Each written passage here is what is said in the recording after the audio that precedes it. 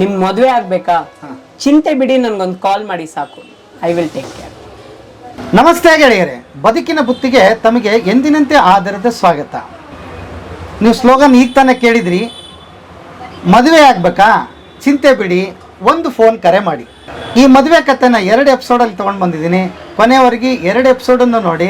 ಚೆನ್ನಾಗಿರುತ್ತೆ, ಮಜವಾಗಿರುತ್ತೆ, ಮಸ್ತಾಗಿರುತ್ತೆ. ಮಿಸ್ ಮಾಡ್ಕೋಬೇಡಿ, ಅದ್ಭುತವಾಗಿರುತ್ತೆ. ನಿಮ್ಗೆ ಒಳ್ಳೆ ಮಾಹಿತಿ ಕೂಡ ಸಿಗುತ್ತೆ. ಹಾಗಾಗಿ 2 ವಿಡಿಯೋ ನೋಡಿ ಅಂತ ನನ್ನ ರಿಕ್ವೆಸ್ಟು. ಬನ್ನಿ, ನೇರವಾಗಿ ನಾನು ಅವ್ರನ್ನೇ ಮಾತಾಡಿಸ್ತೀನಿ. ತಮ್ಮ ಹೆಸರು ಸರ್? ನನ್ನ ಹೆಸರು ಸುರೇಶ್ ಅಂತ. ಸುರೇಶ್ ಅವರು ಸರ್, ಮೂಲತಃ ಯಾವರು, ಏನು ಕತೆ, ಯಾಕೆ ಬಂದ್ರಿ ಬೆಂಗಳೂರಿಗೆ? ನಾವು ಮೂಲತಃ ಚಿತ್ತೂರ್ನವರು. 100 ವರ್ಷದ ಹಿಂದೆನೆ ನಮ್ಮ ತಾತ ಅವರು ಬೆಂಗಳೂರಲ್ಲೇ ಶಿಫ್ಟ್ ಆದ್ರು.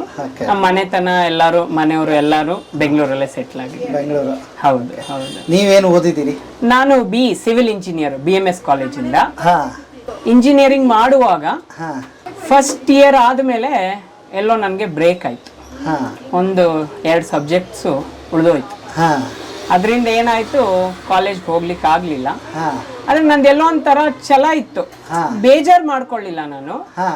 ಇವಾಗ ಎಲ್ರಿಗೂ ಕಾಲೇಜ್ ಹತ್ತುವಾಗ ತುಂಬಾ ಸಂತೋಷ. ಅಂದ್ರೆ ಕಾಲೇಜ್ನಲ್ಲಿ ಏನ್ ನಡೆಯುತ್ತೆ, ನನ್ನ ಫ್ಯೂಚರ್ ಹೇಗೆ, ನಾನು ತೇರ್ಗಡೆಯಾಗಿ ಹೊರಗಡೆ ಹೇಗ್ ಬರ್ತೀನಿ, ಕಮಿಂಗ್ ವಿತ್ ಫ್ಲೈಯಿಂಗ್ ಕಲರ್ಸ್ ಅಂತ ಎಲ್ಲರೂ ಅನ್ಕೊಂಡು ಹೋಗ್ತೀವಿ. ಎಲ್ಲರ ಜೀವನದಲ್ಲೂ ಅದು ನಿಜ ಆಗಲ್ಲ. ಸೊ ನನ್ನ ಜೀವನದಲ್ಲೂ ಹಾಗೆ ಆಯ್ತು. One of the prestigious college BMS ಕಾಲೇಜಲ್ಲಿ ನಂಗೆ ಅಡ್ಮಿಷನ್ ಸಿಕ್ತು. I am bright student. It is not that ನನಗೆ ಬ್ರೈಟ್ ಅಲ್ಲ ಅಂತ. ನಾನು ಡಿಸ್ಟಿಂಕ್ಷನ್ ಸ್ಟೂಡೆಂಟು. ಒಳ್ಳೆ ಕಾಲೇಜಲ್ಲಿ ಓದಿದೆ. ಒಳ್ಳೆ ಕಾಲೇಜಲ್ಲಿ ನನಗೆ ಸೀಟ್ ಸಿಕ್ತು. ಏನಂದ್ರೆ ಓದಿದೆ, ಎಲ್ಲೋ ಎಡವಟ್ ಆಗೋಯ್ತು. ನನ್ಗೆ ಹತ್ಲಿಲ್ವೋ, ನಂಗೆ ಅರ್ಥ ಆಗ್ಲಿಲ್ವೋ, ಏನೂ ಗೊತ್ತಾಗ್ಲಿಲ್ಲ. ಫೈನಲ್ ರಿಸಲ್ಟ್ ನೋಡಿದ್ರೆ ಫೇಲ್. ಅದು ಇಂಜಿನಿಯರಿಂಗ್ ಫಸ್ಟ್ ಇಯರ್ ಅಲ್ಲಿ. ಸೊ ಎಲ್ಲರ ಎಕ್ಸ್ಪೆಕ್ಟೇಷನ್ಸ್ ಟೋಟಲಿ ಬ್ಲಾಂಕ್ ಆಗ್ಬಿಟ್ಟೆ ನಾನು.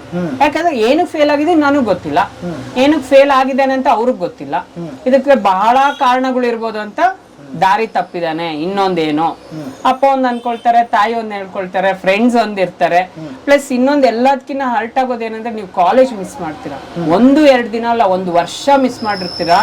ಪ್ಲಸ್ ಆ ಬ್ಯಾಚ್ ಜೊತೆ ನೀವು ಹೋಗ್ಲಿಕ್ಕೆ ಸಾಧ್ಯನೇ ಇಲ್ಲ. ಆ ಬ್ಯಾಚ್ ಮುಂದಕ್ಕೆ ಹೋಗ್ಬಿಡುತ್ತೆ. ಸೊ ನೀವು ಹಿಂದಿನ ಬ್ಯಾಚ್ಗೆ ಹೋಗ್ಬೇಕಾಗುತ್ತೆ.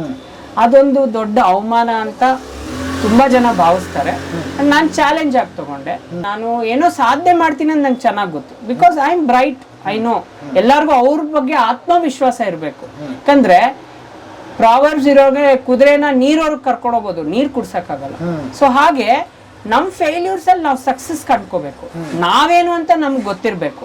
ಹೇಳ್ಕೊಂಡ್ ತಿರ್ಗೋದಲ್ಲ, ಸಾಧನೆ ಮಾಡಿ ತೋರಿಸ್ಬೇಕು. ಹಾಗಂತ ನಾನು ಎಜುಕೇಶನ್ ಬಿಡ್ಲಿಲ್ಲ. ತುಂಬಾ ಜನ ಏನ್ ಅನ್ಕೊಳ್ತಾರೆ, ದಿವಸ ನೀವು ನೋಡ್ತಾನೆ ಇರ್ತೀರಾ, SSLC ಆಗಿರ್ಬೋದು, PUC ಆಗಿರ್ಬೋದು, ಯಾರೋ ಲವ್ ಫೇಲ್ಯೂರ್ ಆಗಿರ್ಬೋದು, ಆತ್ಮಹತ್ಯೆಗೆ ಶರಣಾಗ್ಬಿಡ್ತಾರೆ. ಇದು ನಂಗೆ ತುಂಬಾ ಒಂದು ನೋವಿನ ವಿಷಯ. ಅಂದ್ರೆ ತಿಳ್ಕೋಬೇಕು, ನಿಮ್ ನೋವು ಆದ್ರೆ ಇನ್ನೊಬ್ರ ಜೊತೆ ಹಂಚ್ಕೊಳ್ಳಿ. ಇದೊಂದೇ ಎಲ್ರು ಮಾಡೋ ತಪ್ಪು. ಯಾವುದೇ ಒಂದು ಸಿಚುವೇಶನ್ ಅಲ್ಲಿ, ಯಾವುದೇ ಒಂದು ಏಜ್ ಇರ್ಬೋದು, ಒಂದು 5ನೇ ಕ್ಲಾಸಿನ ಮಗು, 10ನೇ ಕ್ಲಾಸಿನ ಮಗು ಆಗಿರ್ಬೋದು, ಮದುವೆ ಆಗಿರೋರು, ಗಂಡಿರ್ಬೋದು, ಹೆಣ್ಣಿರ್ಬೋದು, ವೃದ್ಧರಿರ್ಬೋದು, ನಿಮ್ಗೆ ಆಗಿರೋ ನೋವನ್ನ ಒಬ್ಬರ ಹತ್ರ ಹೇಳ್ಕೊಂಬಿಡಿ, ಸ್ವಲ್ಪ ಮನಸ್ಸು ಲೈಟ್ ಆಗುತ್ತೆ. ಹಂಗೆ ಎಷ್ಟು ಅಟೆಂಪ್ಟ್ ಮಾಡಿದ್ರಿ ನೀವು? ನಾನು 3 ಅಟೆಂಪ್ಟ್ಸ್ ಮಾಡಿದ್ದೀನಿ ಸರ್. ಬಹುಶಃ ಯಾರು ಸಿಗ್ಲಿಕ್ಕಿಲ್ಲ. ನಾನು 4 ಬ್ಯಾಚ್ ಜೊತೆ ಓದಿರ್ತೀನಿ. ಆದ್ರೆ 4 ಬ್ಯಾಚ್ ಬಾರಿ ಯಾಕೆ ಅದು ಅಷ್ಟು ಮತ್ತೆ ಫೇಲ್ಯೂರ್? ಮತ್ತೆ ಏನು ನನಗೂ ಗೊತ್ತಿಲ್ಲ. ಒಂದೊಂದು ಸಬ್ಜೆಕ್ಟ್ ಆತರ ಇರುತ್ತೆ. ಅದು ನನ್ಗೆ ಅರ್ಥ ಆಗ್ತಾ ಇಲ್ಲೋ, ನಾನು ಅದಕ್ಕೆ ಅರ್ಥ ಆಗ್ತಾ ಇಲ್ವೋ ಗೊತ್ತಿಲ್ಲ. ಸೊ ಎಲ್ಲದ್ರಲ್ಲೂ ಬ್ರೈಟ್ ಸ್ಟೂಡೆಂಟ್, ನಾನೆಲ್ಲ 90+. ಇದೊಂದು ಮಾತ್ರ ಆಗ್ತಾ ಇಲ್ಲ. ಅದು ಆದ್ರೆ ಜನ ಹಾಗೆ ನೋಡಲ್ವಲ್ಲ. Fail is a fail. Is 1 mark or 0.5 marks. Fail is a fail. But failure is a stepping stone for success ಅಂತ ನಾನು ಹೇಳ್ತೀನಿ. ಹೇಳೋದು ಬಹಳ ಸುಲಭ, ಓದ್ಲಿಕ್ಕೆ ಚಂದ ಇರುತ್ತೆ, ಬಟ್ ಅನ್ಭವಿಸೋರು ಕಷ್ಟ. ಆದ್ರೆ ಅದು ಒಂದು ಛಲ, ಓಕೆ, ಒಂದು ಗುರಿ ಮುಟ್ಬೇಕು ಅಂತಿರುತ್ತೆ. ಟ್ರೈ ಟಿಲ್ ಯು ಸಕ್ಸೀಡ್ ಅಂತ. ಕ್ವಿಟ್ ಮಾಡಬಾರ್ದು. ಸೊ ಇದು ನನ್ನ ಪಾಲಿಸಿ. ಸೊ ಈಡಿಯಟ್ ಮೂವಿಯಲ್ಲಿ ನೋಡಿರ್ತೀರ ನೀವು, ಅವನು ಐ ಕ್ವಿಟ್ ಅಂತ ಬರೆದು ಸೂಸೈಡ್ ಮಾಡ್ತಾನೆ. ಆದ್ರೆ ಆ ಕ್ವಿಟ್ ಮುಂದೆನೆ ಆಮೀರ್ ಖಾನು ಹಾರಿಸ್ತಾನೆ ಇದನ್ನ, ಹೆಲಿಕಾಪ್ಟರ್ನ. ಸೊ ಆಗುತ್ತೆ, ಇವತ್ತಿಲ್ಲ ನಾಳೆ. ಎಲ್ಲರಿಗೂ ಒಂದು ಸ್ವಲ್ಪ ಸಮಯ ತಗೊಳುತ್ತೆ. ನೀವು ಬೇಗ ಬಸ್ ಹತ್ತಿದ್ರೆ ಇನ್ನೊಬ್ಬ ಲೇಟಾಗಿ ಹತ್ತದ, ಇನ್ನೊಬ್ಬ ಬಸ್ ಇಲ್ಲ, ಇನ್ನೊಬ್ರು ಯಾರೋ 2 ವೀಲರಲ್ಲಿ ನಿಮ್ಗೆ ಡ್ರಾಪ್ ಕೊಡ್ಬೋದು, ಇನ್ನೊಂದು ಕಾರ್ ಬರ್ಬೋದು, ಇಲ್ಲ ಈವೆಂಟೇ ಕ್ಯಾನ್ಸಲ್ ಆಗ್ಬೋದು. So you never know what is there next ಅಂತ. ತಾಳ್ಮೆಯಿಂದ ಇರಿ, ಸೊ ಅನಾಹುತ ಮಾಡ್ಕೋಬೇಡಿ. ಇದಿಲ್ಲ ಅಂದ್ರೆ ಇನ್ನೊಂದು, ಅದಿಲ್ಲ ಅಂದ್ರೆ ಇನ್ನೊಂದು. ಜೀವನ ಅಂತ ಯಾರಾದ್ರೂ ಇದ್ರೆ ಎಲ್ಲಾರು ಏನೋ ಒಂದು ಕಾರಣಕ್ಕೋಸ್ಕರ ಹುಟ್ಟಿದ್ದಾರೆ.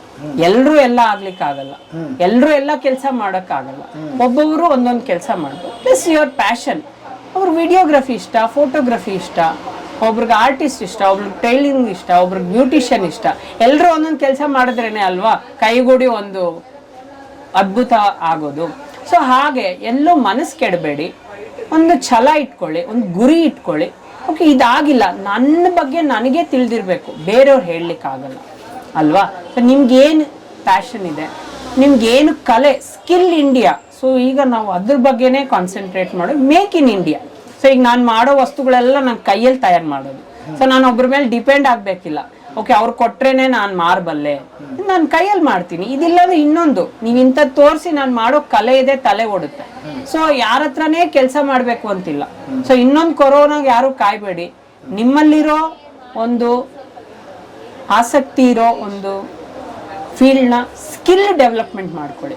ನೀವು ಅವಗಾಹನೆ ಮಾಡಿಕೊಂಡ್ರೆ ಫಾರಿನಲ್ಲೆಲ್ಲ education first rank, second rank, ಹಿಂಗೆ ಅಲ್ಲಿ ಸಿಸ್ಟಮೇ ಇಲ್ಲ. ಅಲ್ಲಿ ಸ್ಕಿಲ್ಸ್ ಡೆವಲಪ್ ಮಾಡ್ತಾರೆ. ಸ್ಕೂಲ್ ಟೈಮಿಂದಾನೇ ನಿಮ್ಗಿರುತ್ತೆ. Sports, pottery making, bouquet designing, painting, art, craft, ಏನೋ ಒಂದು ನಿಮಗೆ ಸ್ಕಿಲ್ ಅನ್ನೋದಿರಬೇಕು. ಸ್ಕಿಲ್ ಇದ್ರೆ ನೀವು ಹೆಂಗೆ ಬೇಕಾದರೂ ಬದುಕಬಲ್ರಿ ಅನ್ನೋ ಒಂದು ಛಲ ನಿಮ್ಮಲ್ಲಿರುತ್ತೆ. ಬರೀ ಎಜುಕೇಶನ್ ಅಂದ್ರೆ ಆಗಲ್ಲ. ಈಗ ನಾನು ಡಿಸ್ಟಿಂಕ್ಷನ್ ಸ್ಟೂಡೆಂಟ್, ಇದು ನಿಮ್ಗೆ ಹೇಳಲಿಲ್ಲ. ನಾನು ಇಂಜಿನಿಯರಿಂಗು 8th ಸೆಮಿಸ್ಟರ್ ಡಿಸ್ಟಿಂಕ್ಷನ್ ಅಲ್ಲಿ ಪಾಸ್ ಮಾಡಿದ್ದೀನಿ. ಒಳ್ಳೆ ಕಡೆ ಕೆಲಸ ಮಾಡ್ತಾ ಇದ್ದೀನಿ, ಒಳ್ಳೆ ಸಂಬಳ ಕೂಡ ಬರುತ್ತೆ. So it is always there. I have my friends MTech ಓದಿರೋರು ನನ್ನಲ್ಲಿ ಅರ್ಧ ಸಂಬಳ ಬರ್ಲಿಕ್ಕಿಲ್ಲ. ಅದ್ರ ಬುದ್ಧಿವಂತಿಕೆನೂ ಬೇಕು, ಸಮಯ ಸ್ಫೂರ್ತಿ ಬೇಕು, ನಿಮ್ಮಲ್ಲಿ ಆ ಒಂದು ತೇಜಸ್ ಇರಬೇಕು, ಕೆಲಸ ಮಾಡಬೇಕು, ಒಂದು ಛಲ ಇರಬೇಕು. ಸೊ ಇದೆಲ್ಲ ನೀವು ಪೋಣಿಸ್ಕೊಂಡು ಹೋಗ್ಬೇಕು. ಈ ಮುತ್ತಿನ ಹಾರ ಇದ್ದಂಗೆ ಜೀವನ ಅನ್ನೋದು ನಂದೊಂದು ಎಕ್ಸಾಂಪಲ್ ಅಷ್ಟೇ. ಈಗ ಹೆಂಗ್ ಮುತ್ತಿನ ಹಾರದಲ್ಲಿ ಅವ್ರು ಒಂದೊಂದೇ ಮುತ್ತು ಕೊಟ್ಟಿದ್ರು, ಒಂದೇ ಸಲ ಹಾರ ಆಗ್ಲಿಕ್ಕೆ ಆಗಲ್ಲ. ನಮ್ ಜೀವನ ಎಲ್ಲ ಸೇರಿದ್ರೆ ಒಂದು ಹಾರ. ಅವಾಗ ನಮ್ಗೊಬ್ರು ಆನಂದ್ ಅಂತ ಸಿಕ್ಕಿದ್ರು. ಅವ್ರೊಂದು ಕಾರ್ಡ್ ಕೊಟ್ಬಿಟ್ಟು ನಿಮ್ಗೊಂದು ಆಪರ್ಚುನಿಟಿ ಇದೆ, ನನ್ನ ಭೇಟಿ ಮಾಡಿ ಅಂದ್ರು. So that is where my life opened up. ಒಂದು ಹೊಸ ಅಧ್ಯಾಯನೇ ಪ್ರಾರಂಭ ಆಯಿತು. ಅವ್ರನ್ನ ಭೇಟಿ ಮಾಡಿದೆ. So that was into events. So events ಅಂದ್ರೆ ಒಂದು ಅದ್ಭುತವಾದ ಪ್ರಪಂಚ ಅದು. ಬಟ್ ನಿಮ್ಗೆ ಪ್ಯಾಷನ್ ಇರಬೇಕು. ಸೊ ಈವೆಂಟ್ಸ್ಗೆ ಅವ್ರು ಓಪನ್ ಮಾಡಿಕೊಟ್ರು ನನ್ನ ಜಗತ್ತನ್ನು. ಸೊ ಅವ್ರ ಹತ್ರ ಹೋದೆ. ತುಂಬಾ ಈವೆಂಟ್ಸ್ ಅಂದ್ರೆ ಮದುವೆ wedding planner, birthday decorations, theme parties. So ಇದ್ರಲ್ಲಿ ನಾವು ಎಕ್ಸೆಲ್ ಅಂದ್ರೆ ಏನೋ ಮಾಡಿದ್ವಿ ಅಂತಲ್ಲ, ಅದ್ರಲ್ಲಿ ನಮ್ ಜೀವ ತುಂಬಬೇಕು. ಬೇರೆಯವ್ರ ಫಂಕ್ಷನ್ ನಮ್ ಫಂಕ್ಷನ್ ಅನ್ಕೋಬೇಕು. ಅಂದ್ರೆ ಈಗ ಮದುವೆ ಹುಡುಗ ಇರ್ತಾನೆ, ಅವ್ನ್ ನಮ್ಮ ಅಣ್ಣನೋ ತಮ್ಮನೋ ಅನ್ಕೋಬೇಕು. ಮದುವೆ ಹುಡುಗಿ ಇರ್ತಾಳೆ, ಅವಳು ನಮ್ಮ ಅಕ್ಕನೋ ತಂಗಿನ ಅನ್ಕೋಬೇಕು. ಆ ತರ ಒಂದು ನಾವು ಪ್ರೀತಿಯಿಂದ ನಮ್ ವಸ್ತು ಅನ್ಕೊಂಡು ಅದೊಂದು ಕಲೆನ, ಅವರೊಂದು ಕಾರ್ಯಕ್ರಮನ ನಾವು ಮಾಡ್ಕೊಡ್ಬೇಕು. ಸೊ ಎಲ್ಲಾತ್ರಲ್ಲೂ ನಮ್ದೊಂದು ಪ್ಯಾಷನ್ ಅಲ್ಲಿ ಕಾಣಿಸ್ಬೇಕು ನಿಮ್ಗೆ. ಸೊ A to Z ಎಲ್ಲ ಕಲ್ತ್ಕೊಂಡೆ. ಅವರು ನಮ್ಗೆ ಒಳ್ಳೆ ಆಪರ್ಚುನಿಟಿ ಕೊಟ್ರು, ಎಲ್ಲ ಕಲ್ತ್ಕೊಂಡೆ ಅವ್ರ ಹತ್ರ ತುಂಬಾ. ಯಾಕಂದ್ರೆ ನನ್ಗೂ ಪ್ಯಾಷನ್ ಇತ್ತು, ಕಲಿಬೇಕು ಅಂತ, ಮಾಡ್ಬೇಕು ಅಂತಿತ್ತು. ಪ್ಲಸ್ ಅದ್ರ ಜೊತೆ ಹಣ ಕೂಡ ಕೊಡ್ತಾ ಇದ್ರು. ಸೊ ಅದು ಬೇಕಲ್ವಾ. ನೀವು ಮನೇಲಿ ಕುತ್ಕೊಂಡು ಏನ್ ಮಾಡ್ತೀರಾ? ಸೊ ಓದ್ಕೊಳ್ತಾನೂ ಇದ್ದೆ, ಅದ್ರ ಜೊತೆ ಇವ್ರ ಹತ್ರನೂ ಕೆಲ್ಸಕ್ಕೆ ಹೋಗ್ತಾ ಇದ್ದೆ. ಅಂದ್ರೆ ನೀವು ಐಡಲ್ ಆಗಿರ್ಬಾರ್ದು. ಸೊ ಪ್ರಾವರ್ಬ್ ಇದೆ, idle mind is devil's place ಅಂತ.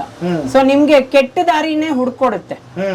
ಸೊ ಆತರ ತುಂಬಾ ಜನ ನೋಡಿ ನನ್ಗೆ ದುಃಖ ಆಗುತ್ತೆ. ಯಾಕಂದ್ರೆ ಅಲ್ಲಿ ನಮ್ಮ ಬದುಕು ನಿಲ್ಲಲ್ಲ, ಯಾವಾಗ್ಲೂ ಮುಂದೆ ತುಂಬಾ ಇದೆ. One door closes, other door is always open. But ನಾವ್ ನಾಕ್ ಮಾಡ್ಬೇಕಲ್ವಾ, ನಾವ್ ಅದು ಡೋರ್ ನ ಪ್ರಯತ್ನ ಪಡ್ಬೇಕು, ಯಾವ ಬಾಗಿಲು ತೆರೆಯತ್ತೆ ಅಂತ.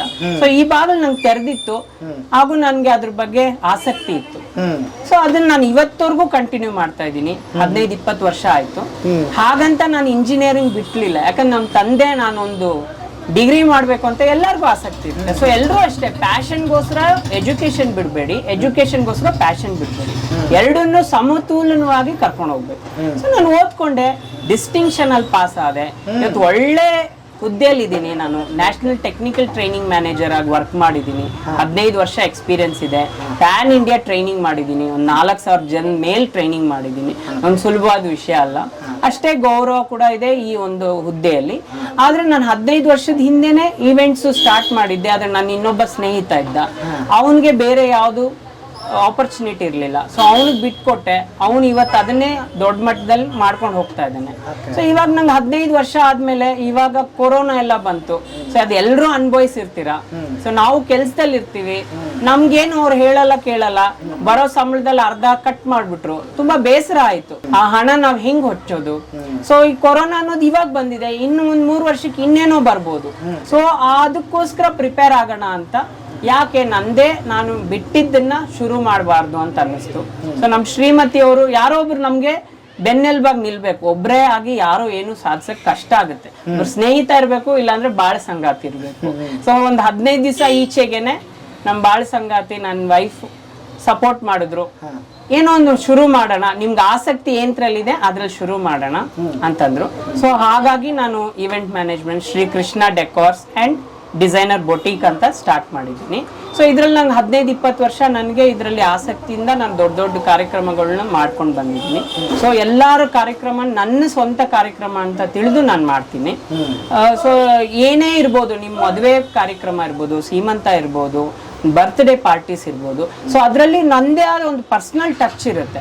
ಸೊ ಹೇಗೆ ಒಂದು ಆರ್ಟಿಸ್ಟ್ ಅವ್ನು ಬರ್ಬಿಟ್ಟು ಒಂದು ಸಿಗ್ನೇಚರ್ ಇರುತ್ತೋ ಆ ಥರ ನಂದು ಪ್ರತಿ ಕೆಲಸದಲ್ಲೂ ನಂದೇ ಆದ ಒಂದು ಪ್ಯಾಷನ್, ಒಂದು ಟಚ್ ಇರುತ್ತೆ. So theme parties, so theme functions, so ನಿಮ್ ಬರ್ತ್ಡೇ ಪಾರ್ಟೀಸ್ ಇರ್ಬೋದು. ಸೊ ಈ ಗಂಡು ಮಕ್ಳಾದ್ರೆ ಒಂದು ರೇಸರು, ಇನ್ನೊಂದು ಫುಟ್ಬಾಲು, ಇನ್ನೊಂದು ಜಂಗಲ್ ಥೀಮು, ಹೆಣ್ಮಕ್ಳಾದ್ರೆ ಬಾರ್ಬಿ ಡಾಲು, ಸೊ ಇನ್ನೊಂದೇನೋ ಮಿಕ್ಕಿ ಮೌಸು, ಆ ಥರ ಕಾನ್ಸೆಪ್ಟ್ ವೈಸ್ ಮಾಡ್ತೀನಿ. ಸೊ ಒಂದು ಸ್ಪೆಷಲ್ ಟಚ್ ಯಾರು ಮಾಡಿರಬಾರ್ದು. ಸೊ ಅದಕ್ಕಾದ್ರೆ ನಂಗೊಂದು ಸ್ಪೇಸ್ ಕೊಡಬೇಕಾಗುತ್ತೆ.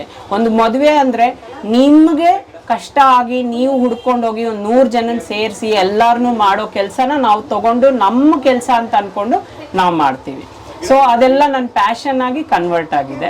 ಸೊ ಈಗ ಹೊಸದಾಗಿ ಶುರು ಮಾಡ್ಕೊಂಡಿದ್ದೀವಿ ಸಣ್ಣ ಪುಟ್ಟ ಅಂಗಡಿಯಿಂದ. ಕೇಳ್ಕೊಳ್ತೀನಿ ನಿಮ್ಮ ಹತ್ರ. So support is very important. Every small startup. So ತುಂಬ ಮಾಡಿದ್ರು ನಾನು ಇವಾಗ ನಂದೇ ಅಂತಂದು ಸ್ಮಾಲ್ ಸ್ಟಾರ್ಟಪ್. ಸೊ ನಿಮ್ಮ ಮನೇಲಿ ಯಾವುದೇ ಕಾರ್ಯಕ್ರಮ ಇರ್ಬೋದು. ಪ್ಲಸ್ ಈವೆಂಟ್ಸ್ ಅಂದರೆ ಎಲ್ರಿಗೂ ಒಂದು ಅಪೂಹೆ ಇರೋದೇನಾದ್ರೆ ಲಕ್ಷಾಂತರ ರೂಪಾಯಿ ಬೇಕು, ದುಡ್ಡಿರೋರೇ ಮಾಡ್ಬೋದು ಅಂತ. ಇದು ತುಂಬ ತಪ್ಪು ಕಲ್ಪನೆ. ನಿಮ್ಮಲ್ಲಿ ಎಷ್ಟೇ ಹಣ ಇರ್ಬೋದು, ಒಂದು ಬಡ್ಜೆಟ್ ಅಂತ ಇರುತ್ತೆ. ಸೊ ಈಗ ಒಂದು ಊರಿಗೆ ಹೋಗ್ಬೇಕು, ಏನಾದರೂ ಒಂದು ಮಿನಿಮಮ್ 10,000 ಬೇಕಲ್ವಾ? ಫಾರಿನ್ಗೆ ಹೋಗ್ಬೇಕು, ಮಿನಿಮಮ್ 1 ಲಕ್ಷ ಬೇಕಲ್ವಾ? ಸೊ ಇದು ಒಂದು ಕಾಮನ್ ಬಜೆಟ್. ಸೊ ಯಾರಾದ್ರೂ ಗೊತ್ತಿರುತ್ತೆ. ಈಗ ಒಂದು ಸತ್ಯನಾರಾಯಣ ಪೂಜೆ ಒಂದು 25 ಜನಕ್ಕೆ ಕರಿತೀವಿ, ಅದೊಂದು ಬಜೆಟ್ ಅಂತ ಅವ್ರ ಮೈಂಡಲ್ಲಿ ಇರುತ್ತೆ. ಒಂದು ಮದುವೆ ಒಂದು 500 ಜನಕ್ಕೆ ಕರಿತೀವಿ, 1000 ಜನಕ್ಕೆ ಕರಿತೀವಿ.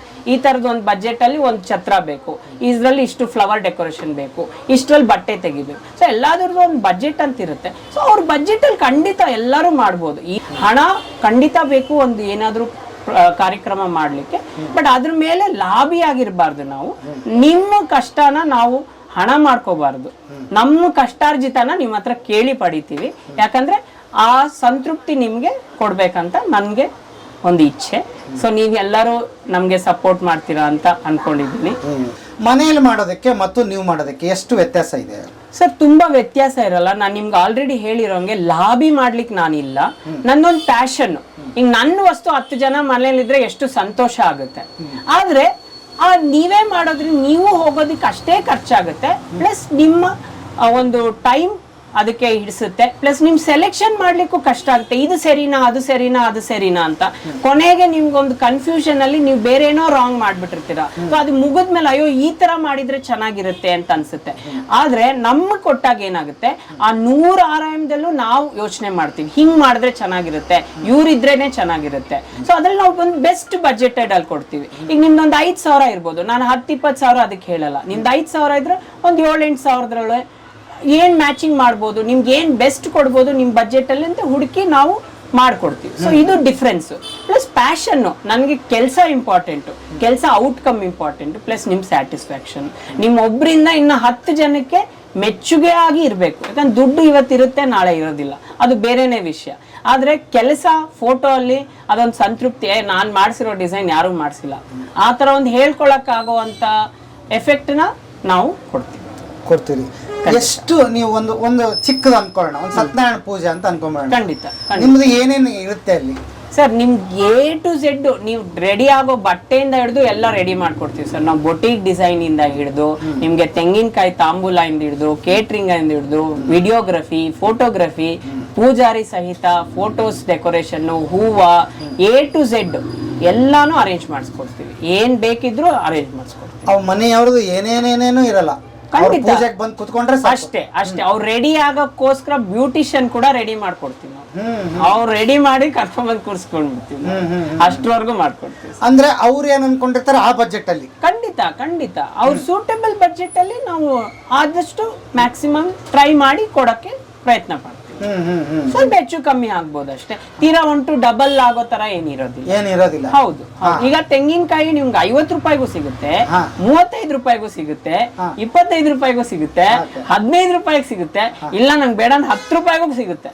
ಬಟ್ ಅದನ್ನ ಹುಡ್ಕೊಂಡು ಹೋಗ್ಬೇಕು. ಈಗ ನಾವು ಆಸ್ ಎನ್ ಈವೆಂಟ್ ನಿಮ್ಗೆ ಇಷ್ಟು ಬಜೆಟ್ ಇದೆ ಅಂತಂದ್ರೆ ನಾವು ಅದ್ರಲ್ಲಿ ಹುಡುಕೊಂಡು ಪ್ರಯತ್ನ ಪಡ್ಬೇಕು. ಇಲ್ಲ ಸರ್ 50 ರೂಪೀಸ್ 40 ರೂಪೀಸ್ ಕಮ್ಮಿ ಆಗೋದೇ ಇಲ್ಲ ಅಂತ ನಾನು ಹೇಳಲ್ಲ. ನಿಮ್ ಬಜೆಟ್ 25 ಇದೆ, ನಾನು ಹುಡ್ಕೊಂಡು ಬಂದು ಕೊಡ್ತೀನಿ. 10 ರೂಪೀಸ್ ಇದೆ, 10 ರೂಪೀಸ್ಗೂ ಸಿಗ್ಬೋದು. ಇಲ್ಲಿಲ್ಲ ಇನ್ನೆಲ್ಲ ಕಡೆ ಹೋಗ್ಬೇಕಾಗುತ್ತೆ, ವಿಚಾರಿಸ್ಕೊಂಡು ಹೋಗಿ ತಂದು ಕೊಡೋ ಜವಾಬ್ದಾರಿ ನಂದು. ಸೊ ಅದು ಪ್ರಯತ್ನ ಪಡ್ತೀವಿ. ಇಲ್ಲ ಆಗ್ಲೇ ಇಲ್ಲ ಸರ್ 10ಕ್ಕೆ ಸಿಕ್ಲಿಲ್ಲ, 15 ರೂಪಾಯಿ ಇದೆ ಸರ್ ಅಂತ ಹೇಳ್ತೀವಿ. ಅದ್ರ ಮೇಲೆ ನಮ್ದು ಟೋಟಲ್ ಆಗಿ ಸೇರಿ ಒಂದು ಚಾರ್ಜಸ್ ಮಾಡ್ತೀವಿ ಹೊತ್ತು ಒಂದೊಂದು ವಸ್ತುಗೂ ಒಂದೊಂದು ಚಾರ್ಜ್ ಮಾಡೋದಿಲ್ಲ. ಸೊ ಅದು ನಮ್ ಸ್ಪೆಷಲ್. ಈಗ ಅಲ್ಲಿಂದ ಹಿಡಿದು ಮದುವೆಗಳು ಎಲ್ಲಾ ಪ್ರೋಗ್ರಾಮ್ ಎಲ್ಲ ಸರ್, ಇಂಥದ್ದು ಅಂತ ಏನಿಲ್ಲ. ನಿಮ್ ಮನೇಲಿ ಪುಟ್ಟದ ಏನೋ ಒಂದು ಪೂಜೆಗೂ ಕರೆದ್ರು ನಾವು ಬಂದ್ ಮಾಡ್ಕೊಡ್ತೀವಿ. ಈಗ ವರಮಹಾಲಕ್ಷ್ಮಿ ಹಬ್ಬ ಬರ್ತಾ ಇದೆ, ಈಗ ಎಷ್ಟೊಂದ್ ಜನ ಸೀರೆ ಉಡ್ಸೋಕ್ ಬರಲ್ಲ. ಖಂಡಿತ ನೀವು ಉಟ್ಕೊಳ್ತೀರಾ, ಆದ್ರೆ ಮತ್ತೆ ಬಾಂಬೆಗೆ ಕಳ್ಸಕ್ಕೆ ಹೆಂಗ್ ಉಡ್ಸ್ಬೇಕು ಅಂತ ನಿಮ್ಗೆ ಐಡಿಯಾ ಇರಲ್ಲ. ಸೊ ಅದಕ್ಕೊಂದು ನಾವು ನಾಮಿನಲ್ ಚಾರ್ಜ್, ನಾವು ಬಂದು ಹೋಗ್ಲಿಕ್ಕೆ ನಮ್ದೊಂದು ಶ್ರಮ, ನಮ್ದೊಂದು ಐಡಿಯಾ ಇರುತ್ತಲ್ಲ, ಸೊ ಐಡಿಯಾಗೆ ಒಂದು ಚಾರ್ಜ್ ಮಾಡಿ ಅದು ಕೂಡ ಮಾಡ್ಕೊಡ್ತೀವಿ. ಅಂದ್ರೆ ಪ್ರೀ ಆರ್ಡರ್ ಬೇಸ್ಡ್, ಯಾಕಂದ್ರೆ ನಮ್ಗೆ ಮುಂಚಿತವಾಗಿ ತಿಳಿಸ್ಬೇಕಾಗತ್ತೆ. ಒಂದ್ 2-3-4 ದಿವಸ ಮುಂಚಿತವಾಗಿ ತಿಳಿಸಿದ್ರೆ ನಾವು ಅದಕ್ಕೆ ಅಂತ ಒಂದು ಟೈಮ್ ಮಾಡ್ಕೊಂಡು ನಿಮ್ ಮನೆಗೆ ಬಂದು, ಅದು ಲಕ್ಷ್ಮಿ ಒಂದೇ ಅಲ್ಲ ಎಲ್ಲಾ ಡೆಕೋರೇಷನ್ ಕೂಡ ಮಾಡ್ಕೊಡ್ತೀವಿ. ಬ್ಯಾಕ್ ಡ್ರಾಪ್ಸ್ ಎಲ್ಲ ನಾನು ಖುದ್ದಾಗಿ ಕೈಯಲ್ಲಿ ಮಾಡ್ತೀವಿ. ನಮ್ಮ ಹತ್ರ ಪ್ಲಾಸ್ಟಿಕ್ ಮೆಟೀರಿಯಲ್ ಅಲ್ಲೂ ಮಾಡ್ಕೊಡ್ತೀನಿ. ಅದನ್ನ ನೀವು ಪರ್ಮನೆಂಟ್ ಆಗಿ ಇಟ್ಕೋಬಹುದು, ಗೌರಿ ಗಣೇಶ ಹಬ್ಬಕ್ಕೆ ಇಟ್ಕೋಬಹುದು, ದೀಪಾವಳಿಗೆ ಇಟ್ಕೋಬಹುದು. ನಿಮ್ಮಲ್ಲಿ ಯಾವುದೇ ಫಂಕ್ಷನ್ ಆದ್ರೂ 3 ಅಡಿ 2.5 ಅಡಿ 2 ಅಡಿಯಿಂದ ಹಿಡಿದು 10 ಅಡಿ 15 ಅಡಿ ಯಾವ ಸೈಜ್ ಬೇಕಿದ್ರು ನಾನು ಮಾಡ್ಕೊಡ್ತೀನಿ. ಒರಿಜಿನಲ್ ಬೇಕಿದ್ರು ರಿಯಲ್ ಫ್ಲವರ್ಸ್ ಅಲ್ಲಿ ಮಾಡ್ಕೊಡ್ತೀನಿ. ಸೊ ಅದು ರೇಟ್ಸ್ ಎಲ್ಲ ಆವತ್ ಮೇಲೆ ಡಿಪೆಂಡ್ ಆಗುತ್ತೆ, ಹೆಚ್ಚು ಕಮ್ಮಿ ಹಿಂಗಾಗುತ್ತೆ ಅಂತ. ಸೊ A to Z ಎಲ್ಲ ಕಾರ್ಯಕ್ರಮನು, ಮದ್ವೆನೂ ಅಷ್ಟೇ. ನೀವು ಮನೆಯಿಂದ ಛತ್ರಕ್ಕೆ ಹೋಗಿ ಅಲ್ಲಿಂದ ವಾಪಸ್ ಬಂದು ಗಾಡಿ ಬುಕ್ಕಿಂಗ್ ಇಂದ ಹಿಡಿದು A to Z, ಹೋಸ್ಟೆಸ್, ಹೂ ಕೊಡೋರು, ತಾಂಬೂಲ, videography, photography, flower decoration, A to Z ಎಲ್ಲ ನಾವು, ವಾಲ್ದವರು, ಪೂಜಾರಿ ಎಲ್ಲರೂ A to Z ನಾವು ನಮ್ನೊಂದು ಕಾಲ್ ಮಾಡ್ಬಿಟ್ರೆ ಸಾಕು, A to Z ನಾವು ಮಾಡ್ಕೊಡ್ತೀವಿ. ನಿಮ್ ಬಜೆಟ್ ಏನು ಅಂತ ಹೇಳಿದ್ರೆ ಆ ಬಜೆಟ್ ಅಲ್ಲಿ ನಾವು ಫ್ರೇಮ್ ಒಳಗೆ ಟ್ರೈ ಮಾಡ್ತೀವಿ ಅಲ್ವಾ. ಈಗ ಒಂದು ಫೋಟೋ ಹಿಡ್ಕೊಂಡ್ಬಿಟ್ರಿ, ನೀವು ಫೋಟೋ ಹಿಡ್ದಿರೋದು ಸೈಜ್ ನಿಮಗ್ ಗೊತ್ತಿಲ್ಲ, ಆ ಫೋಟೋ ಹಿಡ್ಕೊಂಡು ನನ್ನ ಹತ್ರ ಬರ್ತೀರಾ. ಇಲ್ಲ ಸರ್ 4x6 8x6 ಅಲ್ಲಿ ಕೂರ್ಸಿ ಅಂತೀರಾ, ಅದೇ ಆ ಫೋಟೋ ಅನ್ಸೈಜ್ ಇರುತ್ತೆ. ಅವಾಗ ನಾನು ಏನ್ ಹೇಳ್ತೀನಿ, ಅದಕ್ಕೆ ಫೋಟೋ ಕಟ್ ಮಾಡ್ಬಿಡಕ್ ಆಗಲ್ವಲ್ಲ. ಸೊ ನಿಮ್ ಡ್ರೀಮ್ಸ್ ನಾವು ಕಟ್ ಮಾಡಲ್ಲ, ನಿಮ್ ಡ್ರೀಮ್ಸ್ ನ ಅದ್ರೊಳಗೆ ಕೂರ್ಸಕ್ ಟ್ರೈ ಮಾಡ್ತೀವಿ. ಆ ಫ್ರೇಮ್ ಅಲ್ಲಿ ಕೂರ್ಲಿಲ್ಲ, 1-2 ಇಂಚ್ ಜಾಸ್ತಿ ಆಯ್ತು ಸರ್ ಅಂತ ಹೇಳಿ ಅದ್ರದ್ದು ಚಾರ್ಜ್ ಮಾಡ್ತೀವಿ ಹೊತ್ತು ನಿಮ್ದು ಡ್ರೀಮ್ಸ್ ನಾವು ಕಟ್ ಮಾಡಕ್ ಆಗಲ್ಲ, ಅದನ್ನ ಅದ್ರ ಫ್ರೇಮ್ ಅಲ್ಲಿ ಕೂರ್ಸ್ಬೇಕಾದ್ರೆ. So we make your dreams come true. So ಅದು ನಮ್ಮ ಲೋಗೋ ಅಂಡ್ ಟ್ಯಾಗ್.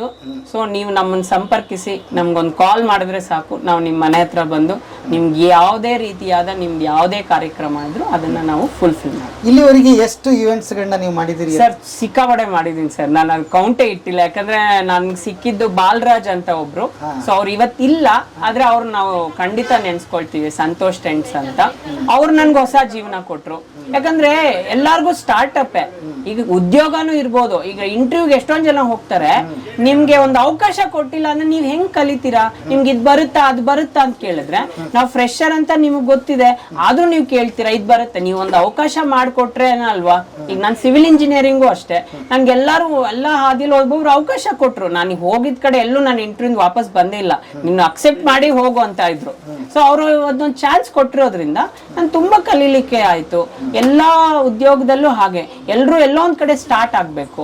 ಎಲ್ಲೋ ಒಂದ್ ಕಡೆ ಒಂದ್ ವ್ಯಕ್ತಿ ನೋಡಿದ್ರೆ ನಿಮ್ಗೆ ಗೊತ್ತಾಗುತ್ತೆ, ಡಿಸಿಪ್ಲಿನ್ಡ್ ಆಗಿರ್ಬೇಕು.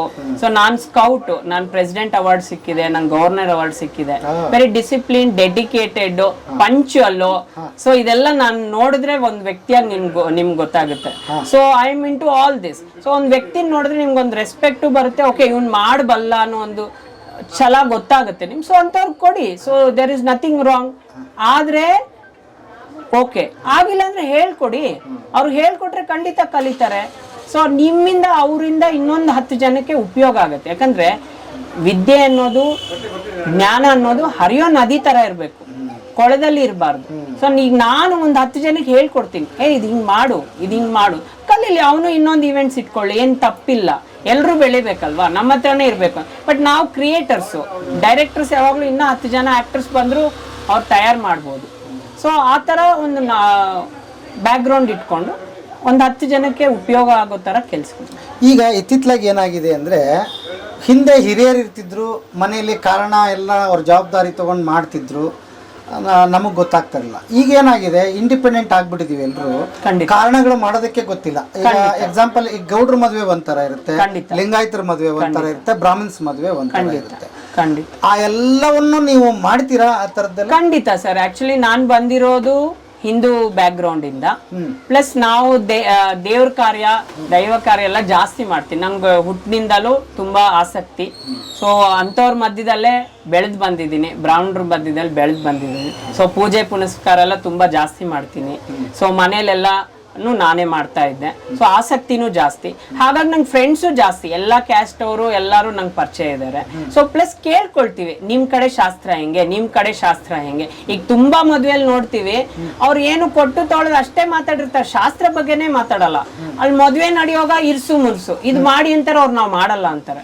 ಸೊ ಇದು ಇರ್ಸು ಮುರ್ಸು ಬರಕ್ಕೆ ಬಿಡಲ್ಲ, ಯಾಕಂದ್ರೆ ನಾವು ಮೀಡಿಯೇಟರ್ ಇರ್ತೀವಿ. ಒಬ್ಬೊಬ್ರಿಗೆ ಇದು ಕೇಳ್ಬೇಕಾ ಬೇಡವಾ, ಅವ್ರ ಗಂಡ ಕಡೆಯವ್ರನ್ನ ಹೆಣ್ ಕಡೆಯವ್ರನ್ನ ಕೇಳ್ಬೇಕಾ ಬೇಡವಾ ಅಂತೆ. ಇವ್ರು ಮಾಡಿ ಅಂತಾರೆ, ಇವ್ರು ಮಾಡಬೇಡಿ ಅಂತಾರೆ. ಸೊ ಅದನ್ನ ನಾವು ಆಲ್ರೆಡಿ ಮಾತಾಡಿರ್ತೀವಿ. ನಾವು ಕೌನ್ಸಿಲಿಂಗು ಸಪರೇಟ್ ಆಗಿ ಕೂತ್ಕೊಂಡಿರ್ತೀವಿ. ಸರ್ ನಿಮ್ ಕಡೆ ಶಾಸ್ತ್ರ ಏನೇನಿದೆ, ನಿಮ್ ಕಡೆ ಏನೇನಿದೆ. Even if it is love marriage R what ever it is. ಇವತ್ತು ಅರೇಂಜ್ ಮ್ಯಾರೇಜಸ್ ಅಲ್ಲೂ ಈ ತರ ಡಿಫ್ರೆನ್ಸ್ ಆಫ್ ಒಪಿನಿಯನ್ ಬರುತ್ತೆ. ಬಿಕಾಸ್ ಯಾಕಂದ್ರೆ ಯಾರಿಗೂ ಅಷ್ಟು ಸಮಯಾವಕಾಶ ಇಲ್ಲ. ಪ್ಲಸ್ ಎಲ್ಲರೂ ಒಂದೇ ಕ್ಯಾಸ್ಟ್ ಇದ್ರೂ ಕೂಡ ಬೆಳೆದಿರೋ ವಾತಾವರಣ ಬೇರೆ ಇರುತ್ತೆ, ಬೆಳೆದಿರೋ ಜಾಗ ಬೇರೆ ಇರುತ್ತೆ. ಸ್ವಲ್ಪ ರಿಚುವಲ್ಸ್ ಬಿಟ್ಬಿಟ್ಟಿರ್ತಾರೆ, ಸ್ವಲ್ಪ ಹಂಗೆ ಇಟ್ಕೊಂಡಿರ್ತಾರೆ. ಒಬ್ಬೊಬ್ರಿಗೆ ಇದ್ ಮಾಡ್ಲೇಬೇಕು ಅಂತಿರುತ್ತೆ, ಇನ್ನೊಬ್ರು ಫ್ರೀ ಹ್ಯಾಂಡ್ ಇರ್ತಾರೆ, ಮಾಡಿದ್ರು ಆಯ್ತು, ಮಾಡದೆ ಹೋದ್ರು ಆಯ್ತು. ಸೊ ನಾವು ಇಬ್ಬರ ಹತ್ರನೂ ಮಾತಾಡಿ ಏನ್ ಪರ್ಫೆಕ್ಟ್ ಆಗಿ ಒಂದು ಮದುವೆಯಲ್ಲಿ, ಇಂಥವ್ರ ಮದುವೆಯಲ್ಲಿ ಇದು ನಡಿಲೇಬೇಕು, ಅದು ನಾವು ಟೇಕ್ ಕೇರ್ ಮಾಡ್ತೀವಿ. ಇದು ಆಗೇ ಆಗ್ಲೇಬೇಕು. ಸೊ ಸ್ವಲ್ಪ ಗೇಮ್ಸ್ ಇರುತ್ತೆ. ಈಗ ಮದುವೆ ಆದ್ಮೇಲೆ ನಮ್ಮ ಮದುವೆಯಲ್ಲಿ ಇತ್ತು, ನಾನು ಪುರೋಹಿತರಿಗೆ 100% ಹೇಳ್ಬಿಟ್ಟಿದೆ. ಅದು ನಮ್ಮ ತಾಯಿ ಮನೆ ಕಡೆನೂ ಯಾರು ಕೇಳಿಲ್ಲ, ಅತ್ತೆ ಮನೆ ಕಡೆನೂ ಕೇಳಿಲ್ಲ. ನಾನು ಹೇಳಿದೆ ಮದುವೆ ಮುಗಿದ್ಮೇಲೆ ಇದು ತುಂಬಾ ಇಂಪಾರ್ಟೆಂಟ್. ಮಗು ಆಡ್ಸೋದು, ಬೇಳೆ ಇದು ಮಾಡೋದು, ಸಪ್ತಪದಿ ಇದೆಲ್ಲ ಮಾಡಿಸ್ಬೇಕು ನೀವು. ಆಮೇಲೆ ಅಕ್ಕಿ ಕಾಳು ಹಾಕೋದು, ಅಕ್ಷತೆ ಕಾಳ್ದು ಅದೆಲ್ಲ ರೆಡಿ ಮಾಡ್ಬೇಕು. ಕಲರ್ಸ್ ಮಾಡ್ಬೇಕು. ಏನೋ ನಮ್ಗೊಂದು ಖುಷಿ ಅಲ್ವಾ. ಆಮೇಲೆ ಇದು ಪೇಪರ್ ಬಾಲ್ಸ್ ಬರುತ್ತೆ, ಅದನ್ನ ಊದೋದು, ಏನೋ ಒಂಥರ ಖುಷಿ. ಇದೆಲ್ಲ ನೀವು ಮಾಡ್ಸಿದ್ರೆ ನಾನು ದುಡ್ಡು ಕೊಡೋದು ಅಂತಾನು ಹೇಳ್ಬಿಟ್ಟಿದ್ದೆ ಅವ್ರಿಗೆ. ಯಾಕಂದ್ರೆ ಅವ್ರು ಅವಾಗ ಜ್ಞಾಪಕವಾಗಿ ಇಟ್ಕೊಂಡಿರ್ತಾರೋ, ನಾವು ಮಾಡ್ಸಿಲ್ಲ ದುಡ್ಡು ಬರಲ್ಲ ಅಂತ. So it's all very happiness. ಇವತ್ತು ನಾವು ಮಾಡ್ಲಿಕ್ಕೆ ಆಗಲ್ಲ ಅಲ್ವಾ, ಮದುವೆ ಮುಗಿದ್ಮೇಲೆ ಏನ್ ಮಾಡ್ತೀರಾ. ಬಟ್ ಆ ಪೇಜ್ ತೆಗ್ದಾಗ ಅವಾಗ ಜ್ಞಾಪಕ ಬರುತ್ತೆ, ಇದೆಲ್ಲ ಚೆನ್ನಾಗಿತ್ತು, ಉಂಗ್ರ ಹಾಕಿ ಆಡ್ಸೋದು. ಸೊ ಇವತ್ತೆಲ್ಲ ತುಂಬಾ ಬಿಟ್ಬಿಟ್ಟಿದ್ದಾರೆ, ಅದು ಒಂದು ಮಜಾ ಇಲ್ಲ. ಒಂದು ಊಟ ಆದ್ಮೇಲೆ ಒಂದು ಹಪ್ಪಳ ತಗೊಂಡು ತಲೆ ಮೇಲೆ ಹೊಡಿಯೋದು, ಒಂದು ಸ್ವೀಟ್ ತಿನ್ಸೋದು, ಅದೆಲ್ಲ ಒಂಥರ ಚೆನ್ನಾಗಿರುತ್ತೆ. ಸೊ ದಿಸ್ ಇಸ್ ಆಲ್ ನಾವು ಬೇಸಿಕ್ಸ್ ಎಲ್ಲ ಗೊತ್ತು. ಒಂದು ಮದುವೆಯಲ್ಲಿ ಏನ್ ನಡಿಬೇಕು, ಕಾಶಿ ಯಾತ್ರೆ ಏನ್ ಮಾಡ್ಬೇಕು, ಈ ಟೈಮ್ಗೆ ಹೆಂಗ್ ನಾಂದಿ ಆಗ್ಬೇಕು, ಇವ್ರು ಏನ್ ಮಾಡ್ತಾ ಇರ್ಬೇಕು, ಅವ್ರು ಏನ್ ಮಾಡ್ತಾ ಇರ್ಬೇಕು. ಸೊ ಅವ್ರಿಗೆ ಗೊತ್ತಿಲ್ಲ ಅಂದ್ರೆ ನಾವು ಡೈರೆಕ್ಟರ್ ಆಗಿ ನಾವು ಅಲ್ಲಿ ನಿಂತಿರ್ತೀವಿ, ಹುಡುಗನ್ಗೂ ಹೇಳ್ಬಿಟ್ಟಿರ್ತೀವಿ, ನೋಡಿ ಇದು ಇದಾದ್ಮೇಲೆ ಇದು. ಅವ್ರು ಡ್ರೆಸ್ಸಿಂಗ್ ಇಂದ ಹಿಡಿದು ಪ್ಯಾಕಿಂಗ್ ಮಾಡಿ ಕೊಟ್ಬಿಟ್ಟಿರ್ತೀವಿ. ಈ ಸೂಟ್ ಕೇಸ್ ಆದ್ಮೇಲೆ ಇದು ತೆಗಿರಿ, ಇದಾದ್ಮೇಲೆ 1 2 3 4 ಅದು ಪ್ಯಾಕ್ ಮಾಡಿ ಕೊಟ್ಬಿಡ್ತೀವಿ ನಾವು. ಬಿಕಾಸ್ ಆ ತರ ರಿಕ್ವೈರ್ಮೆಂಟ್ಸ್ ಹೆಂಗ್ ಬರುತ್ತೆ ಅದ್ರ ಮೇಲೆ. ಸೊ ನೀವು ಎಲ್ಲ ನಮ್ಮ ಮೇಲೆ ಬಿಟ್ಬಿಟ್ರೆ ನಾವು A to Z ಮಾಡ್ಕೊಡ್ತೀವಿ. ಸೊ ಇದಾದ್ಮೇಲೆ ಇದು ರಿಸೆಪ್ಷನ್ಗೆ ಈ ತರ ಡ್ರೆಸ್ ಮಾಡ್ಕೊಳ್ಳಿ, ಮದುವೆಗೆ ಈ ತರ ಡ್ರೆಸ್ ಮಾಡ್ಕೊಳ್ಳಿ, ಈ ಕಲರ್ಸ್ ಹಾಕೊಳ್ಳಿ. ಈಗ ಎಲ್ರು ಒಂದೇ ತರ ಕಲರ್ ಇರುತ್ತೆ, ಆದ್ರೆ ಬೇಜಾರು ಏನೋ ಡಿಫ್ರೆಂಟ್ ಆಗಿಲ್ಲ. ನಾವು ಡಿಫ್ರೆಂಟ್ ಆಗಿ ನಿಮ್ ಕಲರು, ಬಣ್ಣ, ಥೀಮ್ ಅಂತ ಹೇಳ್ತೀವಿ. ಆ ಥೀಮ್ ಪ್ರಕಾರ ಈಗ yellow purple rare combination. So different ಆಗಿ ಸ್ಟೀಲ್ ಲೈಟ್ ಕಲರ್ಸ್ ಲೈಕ್ ಮಾಡ್ತೀರಾ. ಸೊ ಗಂಡು ಹೆಣ್ಣಿಗೆ ಒಂದೇ ತರ ಡ್ರೆಸ್ಸಸ್, ಅವ್ರ ಪೇರೆಂಟ್ಸ್ಗೆ ಒಂದೇ ತರ ಡ್ರೆಸ್ಸಸ್, ಬ್ಯಾಕ್ ಗ್ರೌಂಡು.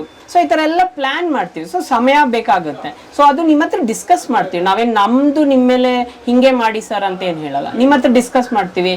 ನಿಮ್ ಒಪ್ಪಿಗೆ ಕೊಟ್ಮೇಲೆ A to Z ಮಾಡ್ಕೊಡ್ತೀವಿ. ಮದುವೆ ಊಟ ಹಿಂಗೆ ಇರಬೇಕು, ಇದಿದ್ ಮಾಡಿದ್ರೆ ಚೆನ್ನಾಗಿರುತ್ತೆ, ಈಗ ಲೇಟೆಸ್ಟ್ ಇದಿದೆ. ಸೊ ಆ ಥರ ನಿಮ್ಗೊಂದು ಸಜೆಷನ್ಸ್ ಕೊಡ್ತೀವಿ, ಪ್ಲಸ್ ನಿಮ್ದು ಇನ್ಕ್ಲೂಡ್ ಮಾಡಿರ್ತೀವಿ. So it's win and win situation. ನಮಗೂ ನಿಮ್ಮ ಮದುವೆ ಅಂತಲ್ಲ, ನನ್ನ ಸಂಬಂಧಿಕರ ಮದುವೆ, ನನ್ನ ತಂಗಿ ಮದುವೆ, ನಮ್ಮ ತಮ್ಮನ ಮದುವೆ ಅಂತ ನಾನು ಅಷ್ಟು ಖುಷಿ ಪಟ್ಟು ನಿಮ್ಮ ಮದುವೆಯಲ್ಲಿ ನಾವು ಓಡಾಡ್ತೀವಿ. ಸೊ ಆ ಒಂದು ಹ್ಯಾಪಿನೆಸ್ ಅಲ್ಲಿ ಫಿನಿಶ್ ಮಾಡಿ ಬರ್ತೀವಿ. ಸೊ ದುಡ್ಡು ಹೆಂಗೂ ಬೇಕಾಗುತ್ತೆ, but it is not very big. ಹಣನೇ ಎಲ್ಲದಕ್ಕೂ ಉತ್ತರ ಅಲ್ಲ ಅಂತ ನಾನು ಭಾವಿಸ್ತೀನಿ.